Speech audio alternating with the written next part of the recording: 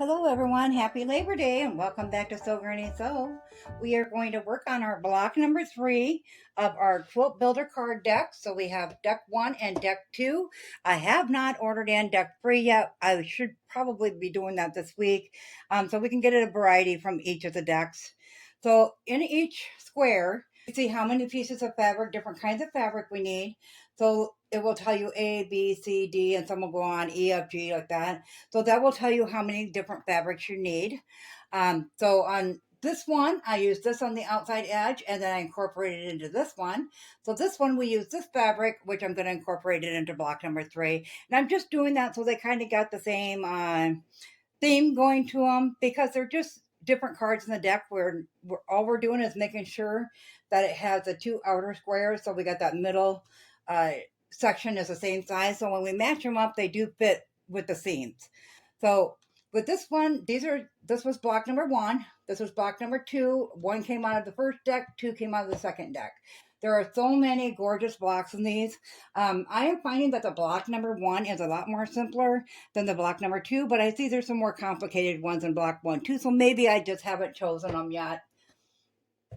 So we went back to block number 1 for this one, and this is what it looks like. We will need a total of 4 fabrics, which I have here. Once again, this is a repeat from that one. And I am making it all in the colors of the burgundies and greens. So on your back of your card, it tells you how many of each cut you need and then what you're going to do with that cut. So here we need 4. We're going to leave them as 4 squares. This one we need 4 squares, but we're going to cut them down to 8 triangles. It also gives you sizes for 6 to 36-inch blocks. We are making 8-inch blocks throughout all of this. So I'm going to go ahead and I'm going to get my 4 pieces of fabric ironed up and cut down to the sizes and pieces that we need. And I will meet you back here and we'll start building this block. We have our block all cut out here, and I kind of got it laid in the order we're going to put it together. So as you can see in the middle, we have just a mirror windmill. So we're just going to flip each one back onto the other one and put a pin into the side that we're sewing. I'm not really going to worry about lining it up real good until we get to the sewing machine. And we're going to do that all the way around. And then on the outside, we are going to go ahead and flip your green one onto your burgundy one or whatever color you're using. The one on the left down to the other one. And so you want to center it so the bottom edge is matched up. Then we'll go ahead and throw a pin into that. And we will do that all the way around.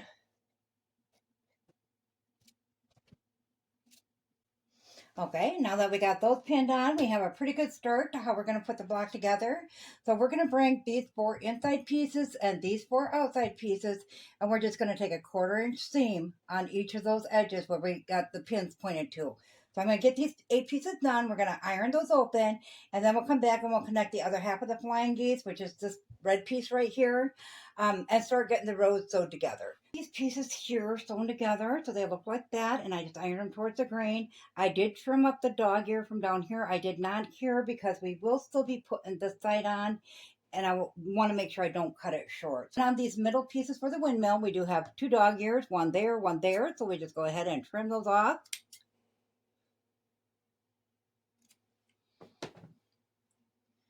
And put that back into place. So this round, we're going to go ahead and we're going to take this one. Once again, line up this edge here.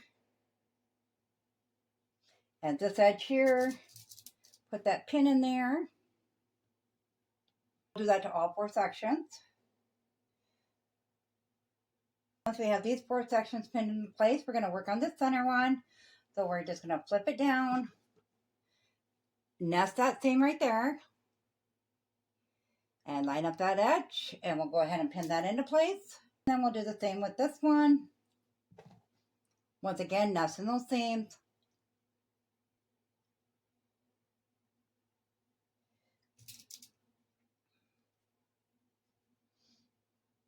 So we'll go ahead and take these 4 and these 2, and we'll do a 1/4-inch seam on all the seams.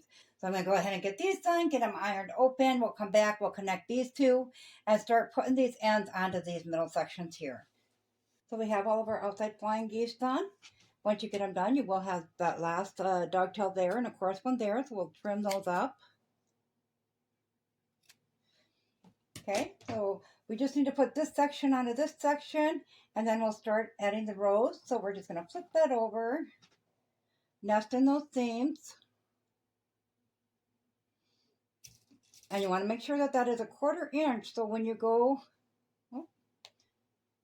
when you sew across that, you'll see the X right here that the stitching forms, and you want to be sure that your needle's hitting right along that X. So you're going to sew 1/4 inch seam right there. This middle one together, and I just ironed that final seam open, of course.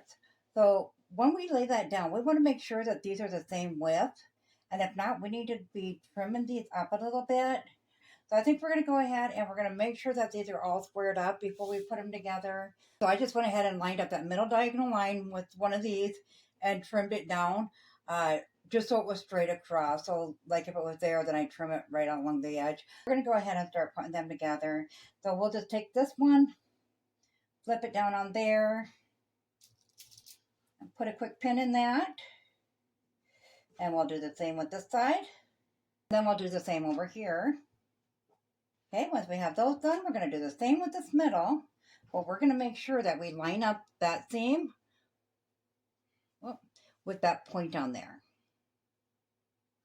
Through that point on the back, I'm going to turn that around so you can see.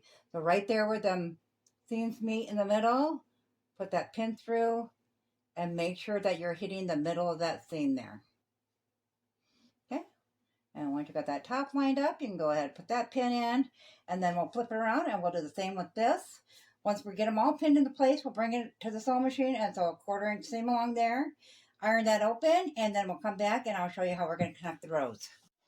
So we have the 3 pieces together here, and I just ironed the seams opposite, so these ones go towards the center, and of course on the ends they go away from the center. So all we're going to do is flip that over and nest in those seams. Make sure that top edge is lined up and go ahead and pin that into place. Okay, and then we'll do the same with this side here, putting onto this one. And then we'll bring that to the sewing machine and we'll put a 1/4 inch seam on both. We'll iron that open and we'll come back and see what size it is. Have it done and ironed flat. We are coming in at about 8 3/4 in some areas and 9 inches in the other. So we have plenty of room to trim that down later. As I said, I'm not trimming them as I go because we have to make 72 of these. So they're going to be stored for a while and they'll unravel a little bit.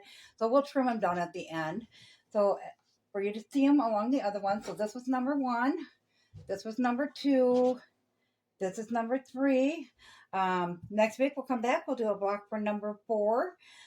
I will link all the 3 boxes they have of the Quilt Builder card decks in the description below. You can get those on Amazon. They're really nice because you could even just pick out a couple blocks and make a full quilt and mix it up on the next quilt without buying a bunch of quilt patterns.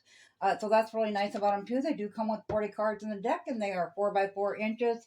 They do have little cards in here with different ideas. I mean, like they have different quilt ideas, how to cut and finish the block, sewing half square triangles and so forth.